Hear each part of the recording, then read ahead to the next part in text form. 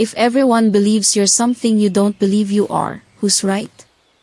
Watch this story until the end, it might change how you see yourself forever. Deep in an old forest, where the trees grew so close together that sunlight had to squeeze through the branches just to touch the ground, there lived an owl named Salas. Every animal in the forest believed Salas was the wisest creature who had ever lived. They said his eyes, round, golden, and forward-facing, just like a human's, could see straight through a problem before anyone had even finished explaining it. They said his silence wasn't emptiness. It was thinking. Deep, important thinking that the rest of them simply weren't smart enough to understand. There was only one small problem: Salas didn't feel wise at all. Every night, animals lined up beneath his branch to ask for his wisdom.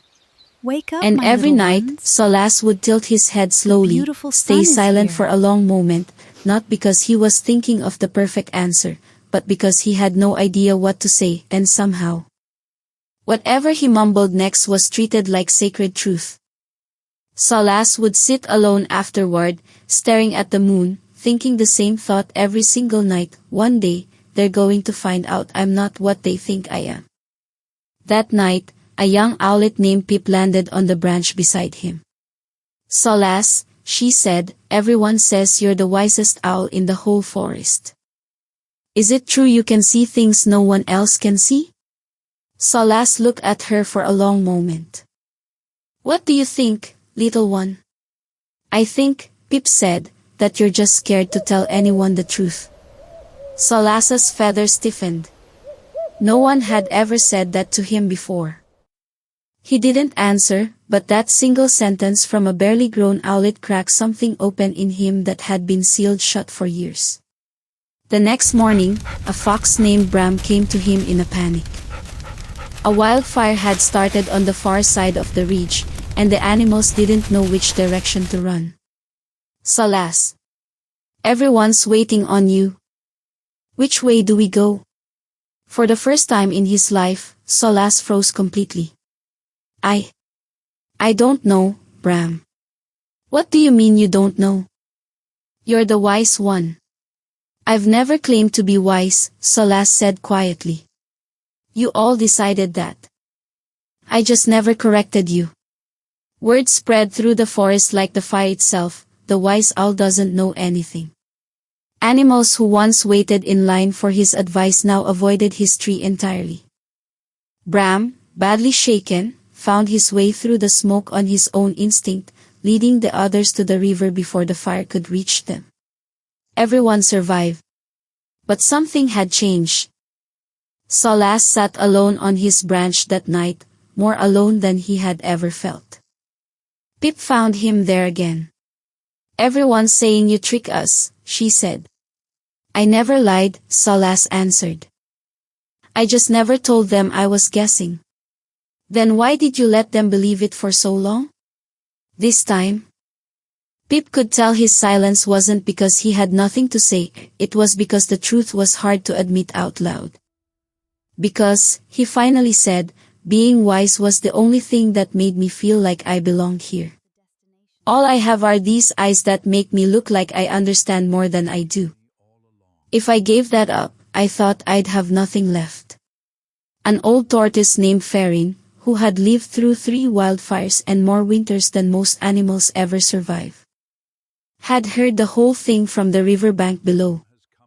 "Salas," he called, "come down here. I want to tell you something."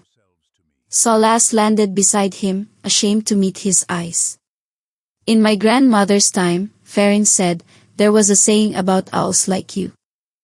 She used to say the owl doesn't become wise by knowing the answer. The owl becomes wise the moment it finally admits it doesn't." "Then why did everyone believe I was wise in the first place, if I never earned it?" Farin let out a slow, creaking laugh. "Because you have the kind of eyes that face forward, like theirs do.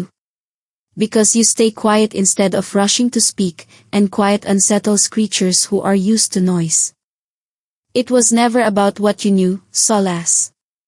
It was about how you looked while you didn't say anything. That's not your fault." But it's also not who you have to keep being. For the first time since he was a small owlet, Salas felt something loosen in his chest. He flew back through the forest and found Bram sitting by the river, still shaken. Bram, I owe you the truth. I'm not wise. I never was. But I am watching. I notice things, the wind changes before a storm, which trees dry out first in a drought, which paths flood after heavy rain. I don't know everything. But I know some things, the same way you know how to track and hunt and run faster than fear itself. Maybe that's enough, if I stop pretending it's more than it is. Bram studied him for a long moment. That's the most honest thing you've ever said to me. Animals still came to his branch after that, not because they believed he had all the answers, but because he had finally told them the truth about what he actually knew, and what he didn't. That winter, the old story about the wisest owl who ever lived slowly changed into a different one, the story of the owl who looked wise for years, until the day he finally admitted the truth. And became someone worth trusting instead. Because here's the thing about wisdom, it was never about having every answer ready before anyone asked the question. Real wisdom is having the courage to say, I don't know, when that's the truth, and the patience to learn the things you actually can. The next time someone looks at you like you should have all the answers, remember Salas. You don't have to be what people assume you are. You just have to be honest about who you really are, and that, in the end, is wiser than any mask could ever be. If this story meant something to you, don't forget to like, subscribe, and leave a comment telling us your favorite moment. Turn on notifications so you never miss our next heartwarming story.